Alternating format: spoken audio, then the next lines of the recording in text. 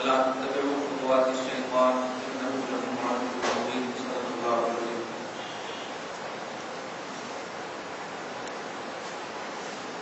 رسول برکت کے لیے جو شریف پڑھتے اللہ صلی اللہ علیہ وسلم سیدنا مولانا حبیبنا مولانا محمد صلی اللہ علیہ وسلم. آیت نمبر 207 کا درس ہو گیا ہے. گزشتہ درس میں دشمنان نبی اور محبان نبی کی سزا اور جزا کا مطلب پیش کیا گیا.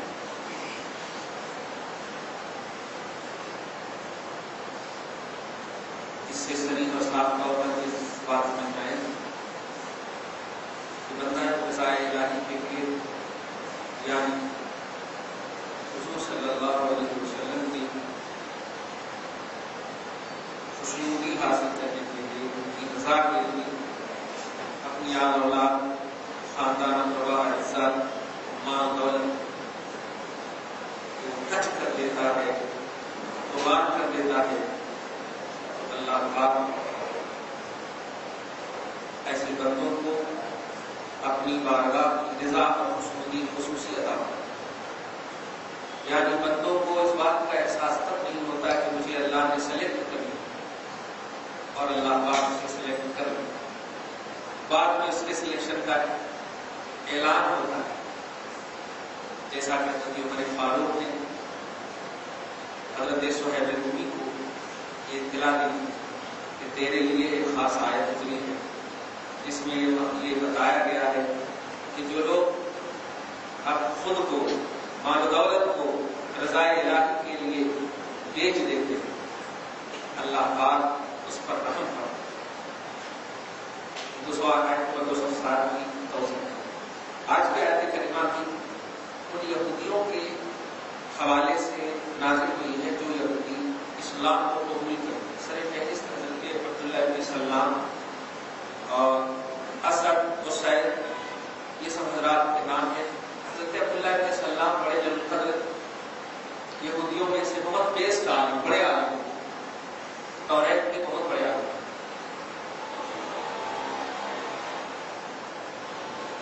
یہ ایمان جب لائے امام بخاری نے تو کیا کہنا ان کے ایمان کو اتنا پسند فرمایا ہے کہ ہیڈنگ ہی بتایا اسلام و عبداللہ ابن سلام. عبداللہ ابن سلام کے اسلام کا بیان ہیڈنگ ظاہر ہے. امیر المومنین فی الحدیث کسی کے ایمان کی جب ہیڈنگ بناتے ہیں دنیا کی کوئی طاقت اسے ضعیف نہیں کہہ سکتی. کوئی طاقت عبداللہ ابن سلام کے حوالے سے یہ آتی ہے. توریت میں موسیٰ کے ماننے والے کے حوالے سے اس کو عام زبان میں لکھے یہودیوں کے یہاں اونٹنیوں کا گوشت اور دودھ یہ ساری چیزیں جو ہے استعمال کرنا مستحب ہے. کرے تو بھی اچھا نہیں کرے تو. ہمارے یہاں بھی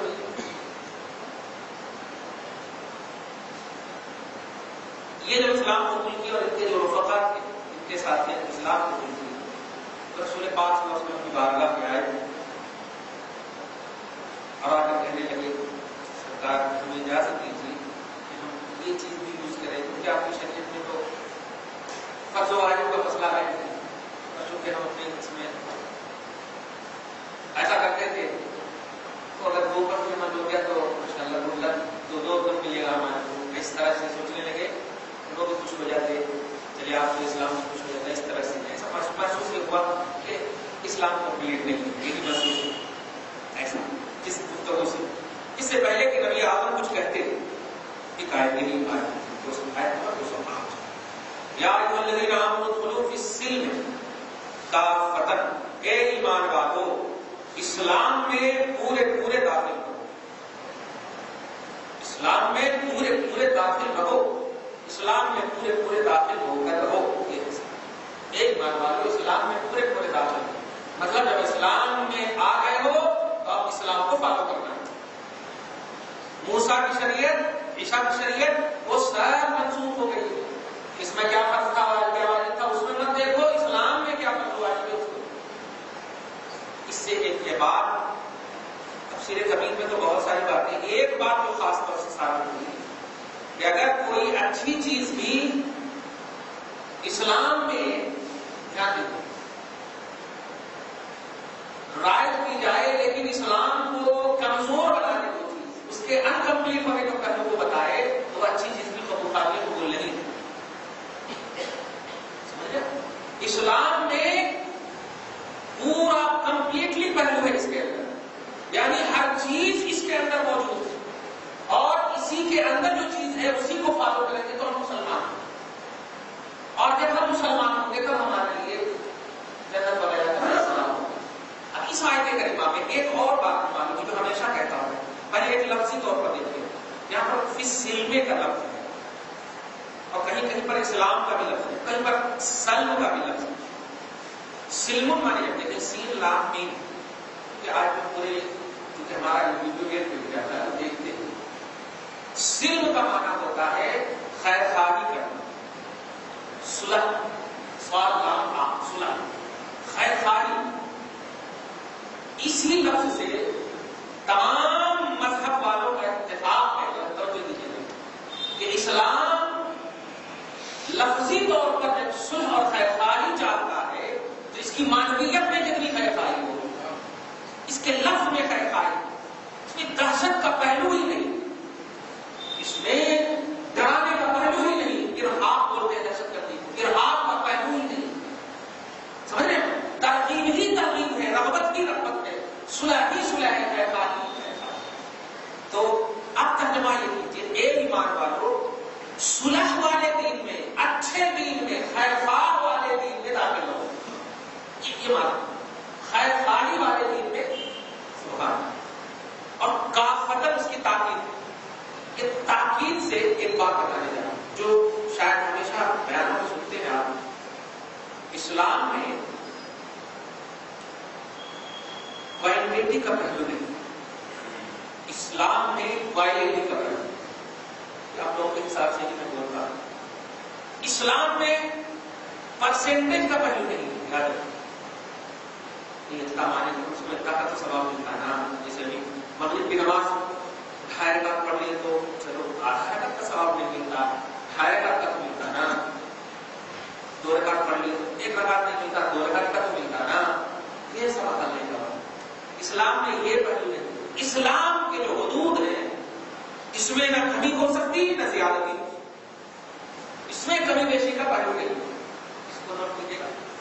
اصل سب سے اہم بات یہ ہے اسی آیت کریمہ سے وہ لفظ جو فقہی لفظات ہوتے ہیں، ضروریات دین میں سے کسی بھی ضرورت کا انکار کفر ہے. ضروریات دین میں سے کسی بھی ضرورت کا انکار کفر ہے. یہ اسی آیت کریمہ سے مطلب کہ اب 99% بھی اب آرام کو آپ کے ماحول میں 99% بھی آپ عام زبان میں بولتے ہیں وہ تو عالم، وہ انہوں کا غلط کرتے، کتنے بڑے عالموں کا غلط کرتے کیا. تو آپ بھی ان کو یہ بولیے، میں بھی تو یہی سوچ رہا ہوں کہ عالموں کا کہیں غلط بولے، ان کے دل میں آپ گھس کر بولیے گا. ترجمہ قرآن پاک کے ترجمے کو آپ دیکھیے، خاص طور سے توضیح ترجمہ القرآن کو دیکھیے، آپ جناب ابن امت کے ترجمے کو دیکھیے. میں نہیں کہتا 99% سے بھی اور تھوڑا پرسنٹ لے لیجیے آپ، آل ان آل کو چھوڑ کر 1% سے بھی چھوڑ دیجیے. پورا ترجمہ صحیح ہے، لیکن سوال یہ ہے کہ ایک ترجمہ غلط کیوں ہے. سوال آل ان آل ترجمہ کوئی غلط نہیں کرتا، دھیان دیجیے، لیکن سوال یہ ہے کہ ایک ترجمہ غلط کیوں ہے. نوٹ کیجیے گا. ضروریات دین ایک لفظ بولے، ضروریات دین کا مطلب یہ ہوا کہ اس کو فالو کرنا، عمل نہ کرنا یہ ایک الگ چیز ہے. فالو کرنا اس کو، دھیان دیجیے، فالو کرنا اس کو. آپ جیسے کہ چھوٹی سی مثال لے لیجیے، وہ حسین کے دین ہے، محبت مصطفیٰ سے کنیکٹڈ. اگر حسین سے محبت کریں گے تو اسلام آپ کا ہو جائے گا. اب اگر نہیں کرتے ہیں تو توہین کریں گے تو کفر ہو جائے گا. نہیں کرنے کا مطلب یہ ہے توہین نہیں کیجیے، نہیں کرنے سے مطلب یہ توہین مت کیجیے، کیونکہ توہین بتا رہا ہے کہ آپ فالو نہیں کرتے. یہ پوائنٹ ہے. ہم یہ نہیں کہتے کہ آپ جیسے کہ جلسے ہیں، جلوس میں جتنی بھی چیزیں آپ کرتے ہیں یہ فرض و واجب ہے، لیکن جو کرتے ہیں اس کا انکار مت کیجیے، کیونکہ یہ اسلامی تصور میں کیا جا رہا ہے. قرآن کی تلاوت ہو رہی ہے تب تو رسول کے نام پر صلی اللہ علیہ وسلم پڑھے جا رہے ہیں, تب تو اللہ رسول کا نام لیا جا رہا ہے. بھائی اگر یہ سب نہیں ہوتا تو باپ دادا کا نام لیا جاتا ہے نا. وہی بدعت سے جلوس ہوتے ہیں تو خطبہ پڑھا جاتا ہے احمد صلی اللہ علیہ وسلم. یہ کیا ساری چیزیں ہوتی ہیں قرآن کی تلاوت میں. کہنا یہ ہے کہ چھوٹی سی چھوٹی بھی چیز لیکن اگر ضروریات دین میں سے ہے, دین میں وہ داخل ہے, دین میں اگر وہ داخل ہے تو توجہ دیجیے گا. اگر اس پر آپ عمل نہیں کریں گے تو اس کا انکار بھی مت کیجیے کیونکہ انکار کو تک پہنچا دے گا. یہ ہے اصل بات. اگرچہ وہ مباح چیز ہے, اگرچہ وہ مستحب چیز ہے, مباح ہو مستحب ہو یہ ساری چیزیں یہ مضمون شرع ہے, شرع کے اندر داخل ہے نا. اسی لیے مباح کا لفظ آپ بایولوجی میں نہیں دیکھیں, مستحب کا لفظ کیمسٹری میں نہیں دیکھیں گے آپ, اسلام میں ہے یہ لفظ, اسلام کے یہ الفاظ, اسلام کے یہ اجزاء. تو اب ان اجزاء میں سے کسی بھی جز کا انکار کریں گے تو کفر ہو جائے گا. اگرچہ عمل نہ کریں, آپ عمل نہ کریں گے تو کفر نہیں ہوگا, انکار کر دیں گے تو کفر ہو جائے گا. یہ ہے اصل بات سمجھ. جیسے فجر کی نماز نہیں پڑھے آپ تو اب اگر پوچھا جائے تو آپ تھوڑا شرمندہ ہو. یہ شرمندہ کیوں ہے؟ نہیں پڑھا ہے آپ نے اور انکار نہیں کر رہے. اقرار کو ہے سو گیا اقرار. یہ ہے اس لیے آپ اسلام سے داخل نہیں ہو اور آپ پڑھ کر کے کہیں ارے یار پڑھتا تو کچھ بھی فائدہ نہیں ہوا, انکار کر ایزی سمجھ رہے ہیں. یہ کفر کو پہنچا دیکھا آپ نے. تو عمل کر کے انکار کریں گے کفر ہو جائے گا, نہیں عمل کریں گے اور انکار نہیں کریں گے تو پھر بھی مسلمان ہیں. دیکھا تو یہ ہے اصل پوائنٹ ضروریات دین میں سے. اسی کو لوگ سمجھ نہیں پاتے. اصل میں ایک سوال آیا تو وسیلہ لینا مستحب ہے نا, درود فاتحہ ساری چیزیں مستحب ہے نا. مستحب کا مطلب کیا, کرے تو الحمد للہ, کرے تو کئی کو دین میں لے جاتے ہیں. ارے بابا ان کو سمجھانے کے لیے مستحب کا ورڈ اسلام کا ورڈ ہے نا, مباح کا ورڈ اسلام کا ورڈ ہے. اسلام کے دائرے میں اسلامی کتابوں میں یہ سب ورڈ یوز ہوتے ہیں نا. جس کا مطلب یہ ہوا یہ اسلامی چیز ہے, اسلامی الفاظ ہے, اسلامی الفاظ. اگرچہ یہ مستحب ہے, مستحب یہ حکم کے اعتبار سے ہے لیکن عمل اسلام کا ہے, حکم اسلام کا ہے, شرع اسلام میں.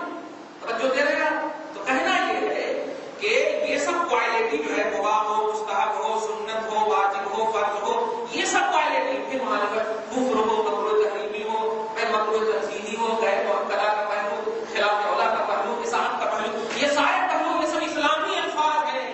ان الفاظ میں عمل کی دنیا میں اگر گڑبڑی ہو گئی تو اسلام سے آپ باز نہیں ہوں گے اور ان کے چھوٹے سے چھوٹے کا بھی انکار کریں گے تو آپ چلے جائیں گے اسلام. یہ ہے پوائنٹ. اس لیے کوئی بھی نہ تو میلاد النبی نہ 11ویں نہ 12ویں نہ فاتحہ نہ نظریات کسی بھی چیز کا انکار نہیں کرنا. اگر نہیں کرنا ہے تو نہیں کرو لیکن انکار نہیں کرنا کیونکہ یہ سب اسلامی الفاظ, یہ سب اسلامی دین ہے. اس سارے ثواب یہ ساری چیزیں اسلامی الفاظ ہیں. کسی ایڈیٹنگ نہیں ہے, توجہ دیجیے گا, کیونکہ ایڈیٹنگ اگر ہوتی تو اسلام سے فرض کا نام ہونا چاہیے. نہیں, اسلام میں ایک قاعدہ کیوں ہے, فرض کے نیچے واجب کا درجہ, واجب کے نیچے سنت مؤکدہ کا درجہ, سنت مؤکدہ کے نیچے سنت غیر مؤکدہ کا درجہ, پھر اس کے نیچے مستحسن کا درجہ, پھر اس کے نیچے مستحب کا درجہ, پھر اس کے نیچے مباح کا درجہ. یہ دیکھا آپ نے یہ سب قاعدے. اب ادھر جائیے, مباح کے اپوزٹ میں خلاف اولا کا درجہ ہے, سنت مؤکدہ کا انکار کرے تو اس کی ضد ہے اصاعت کا درجہ, اور پھر سنت اس کے بعد واجب کے اپوزٹ میں مکروہ تحریمی کا درجہ, فرض کے اپوزٹ میں کفر کا درجہ. اب بتائیے دیکھیں یہ سب الفاظ ہیں, یہ اسلامی الفاظ ہے. کہنا یہ ہے ہوتی ہے چیز ایزی, وہ چیز ہوتی ہے ایک دم چھوٹی سی چیز لیکن انکار کر دیں گے تو سب پر بات. اس کی مثال جو فقہا نے دی ہے وہ یہ آتے ہیں ایک سینٹینس 1000 اس میں اتنا سے پیشاب ملا اور بولیے کہ اتنا پانی ہے نا ذرا سے پی لو نا, کیا پیئیں گے, اتنا سا قطرہ بھی پیشاب کا پورے پانی کو نجس کر دے گا, پورے پانی کو نجس. سیم یہی مثال ہے ایمان کی. 99% آپ پوچھئے حدیث محمد وغیرہ سے, آپ نے ہر ترجمہ صحیح کیا, ہاتھ کر کے بتائیے کیا نبی گنہگار ہو سکتا ہے؟ بس سینے پر ہاتھ. اگر نبی گنہگار ہو کوئی امتی کو بخشوائے گا کون؟ پہلے اپنے ہی کو تو بخشوائے گا. نبی گنہگار ہو سکتا نہیں. لیکن سورہ فتح کی آیت نمبر 2 دیکھیے آپ, سورہ فتح آیت نمبر 2 دیکھیے آپ, اتنا فتحنا لک فتحا مبینا, یہ آیت نمبر 1. اس کے بعد ترجمہ کر رہے ہیں لیغفر لک اللہ ما تقدم من ذنبک وما تأخر. اس کا ترجمہ وہ کر رہے ہیں مولانا شفیع خانوی. یہ ترجمہ کر رہے ہیں کہ اللہ تعالیٰ آپ کے گناہ کو بخش دے, آپ کے گناہ کو بخش دے. اے رسول, ہم نے آپ کو کھلم کھلی فتح عطا کی اس لیے تاکہ اللہ تعالیٰ آپ کے گناہ کو بخش دے. اگر سمجھ میں نہیں آیا یہ بتائیے گناہ کب بخشا جائے گا؟ گناہ کریں گے تب نا، گناہ کریں گے تب نہ بخشا جائے گا. تو اب نبی کی طرف گناہ کی نسبت کرنا اس کا مطلب نبی کو گنہگار ٹھہرانا ہے. یہی مطلب ہوا، نبی کو گنہگار ٹھہرانا ایک ترجمہ. پھر سورہ بقرہ کا ترجمہ چاہیے. عالم یزید کا یتیمن فوجدک ضالا، اللہ نے آپ کو گمراہ پایا،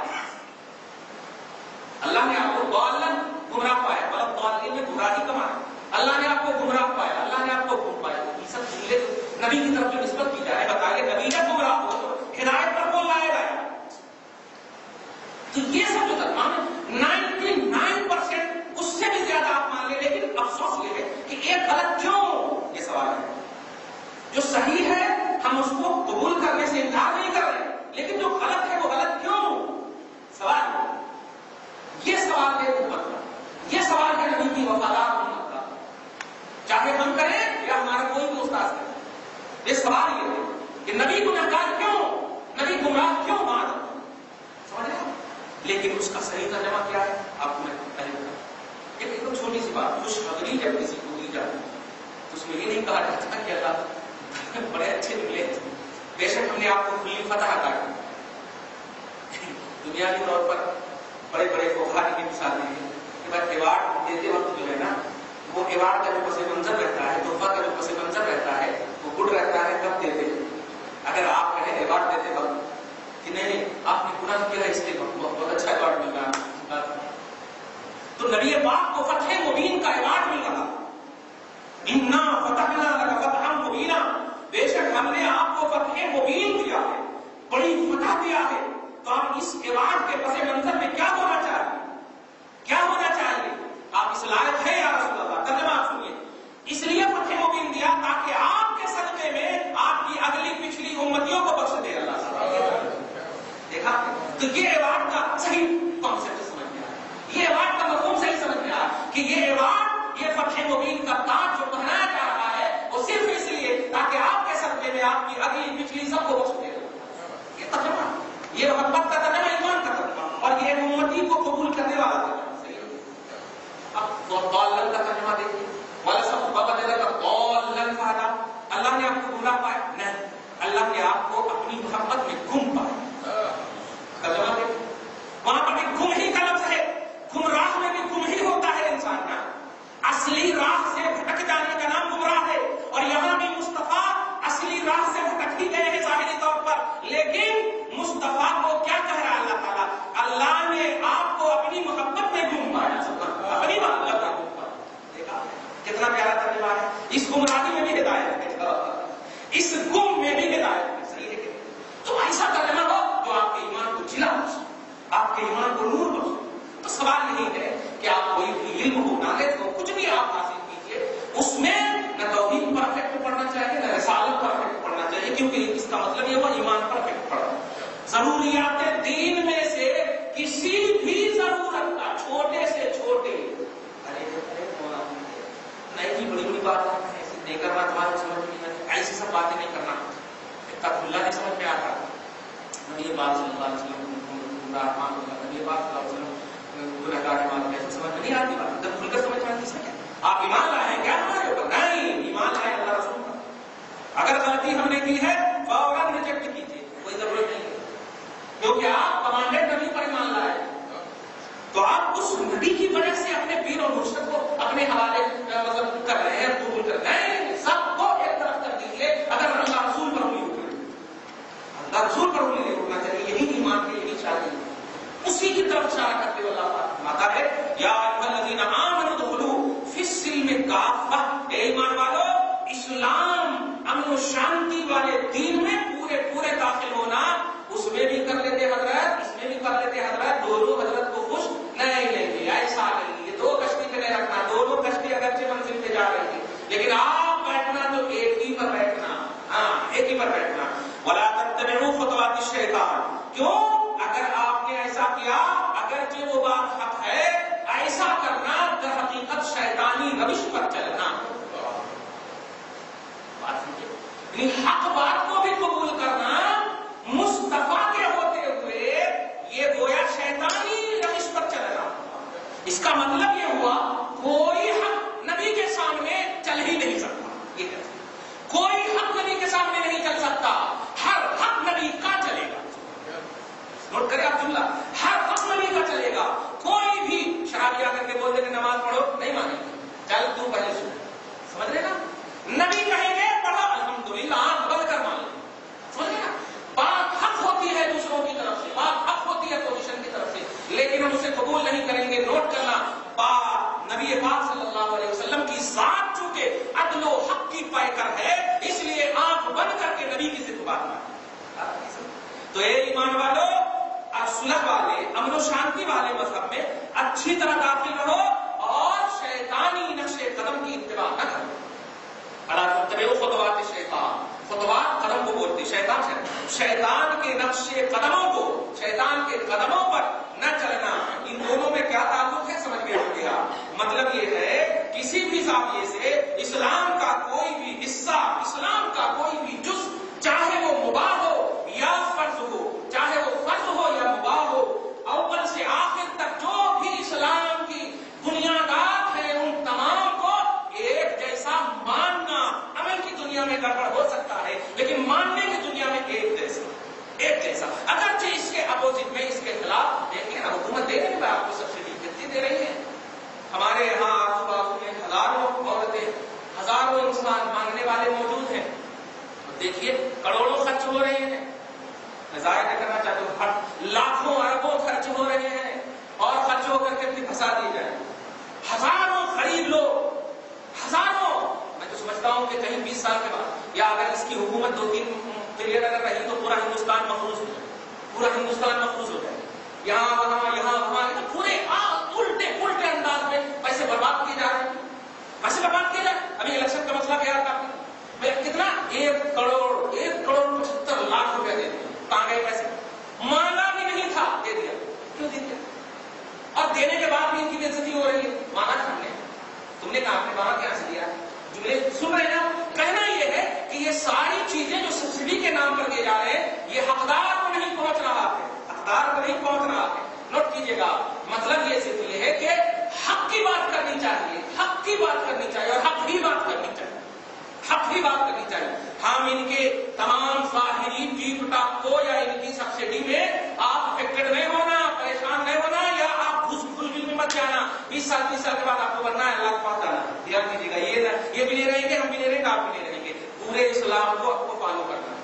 لیکن بس وہی جملہ کہ ہاں قربانی کے معاملے میں الحمدللہ لا اینڈ آرڈر کا بھی آپ کو لحاظ کرنا ہے اور اس کے حوالے سے جو بھی آپ کو اویلیبل ہو، کیونکہ ساری اسلام کی جو باتیں ہیں، شریعتیں ہیں، وہ کیپیسٹی اور قدرت پر منحصر ہے. جو آپ کو اویلیبل الحمدللہ وہی کیجیے. ایمان والو، اسلام میں پورے داخل رہنا اور شیطان کے نقش قدموں پر نہ چلنا.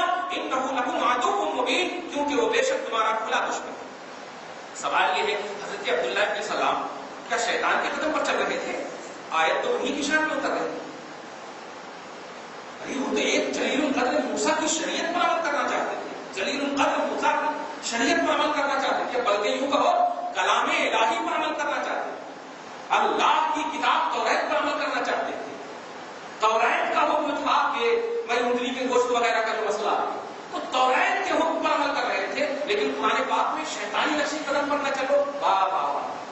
نہیں، عبداللہ ابن سلام حضرت موسیٰ کی شریعت کی بنیاد پر عمل نہیں کر رہے تھے، وہ مصطفیٰ کی شریعت کو انکمپلیٹ سمجھ رہے تھے، اس لیے کہا گیا یہ ہے سر. اور جو کوئی بھی حق جماعت کے سامنے بھی، حق انسان کے سامنے بھی مصطفیٰ کو انکمپلیٹ سمجھے گا، ذات میں یا بات میں کچھ بھی قبول نہیں ہوگا. اسی لیے اللہ پاک نے بھی بات لکھی ہے سورہ آل عمران میں آیت نمبر 80 میں، دیکھیے آپ آیت نمبر 50 میں، کہ اے نبیوں کی جماعت ہو، تم لوگ مدد کرو گے نا محمد کی؟ سب نے کہا ہاں. تو اللہ پاک سب نے کہا ہاں. نبی سے، رسولوں سے، نبیوں سے کوئی خوف خطرہ ہے ہی نہیں. پھر بھی اللہ کہہ رہا فمن تولى بعد ذلك فاولئك هم الفاسقون. جو کوئی بھی مصطفیٰ کو ماننے سے، جو کوئی سے مراد نبی کی جماعت ہے، نبی کی جماعت کو کہا جا رہا ہے. تو تم میں جو کوئی بھی مصطفیٰ کو ماننے سے پھرے گا ہم اسے فاسق بنا دیں گے، ہم اسے فاسق بنا دیں گے. اولئک هم الفاسقون. یہ وارننگ ہے. یہ ایسا نہیں ہے کہ موسیٰ کو زیر کرنا ہے، نہیں، عیسیٰ کو زیر کرنا ایسا نہیں. لیکن جب مصطفیٰ کی شریعت آ گئی تو اے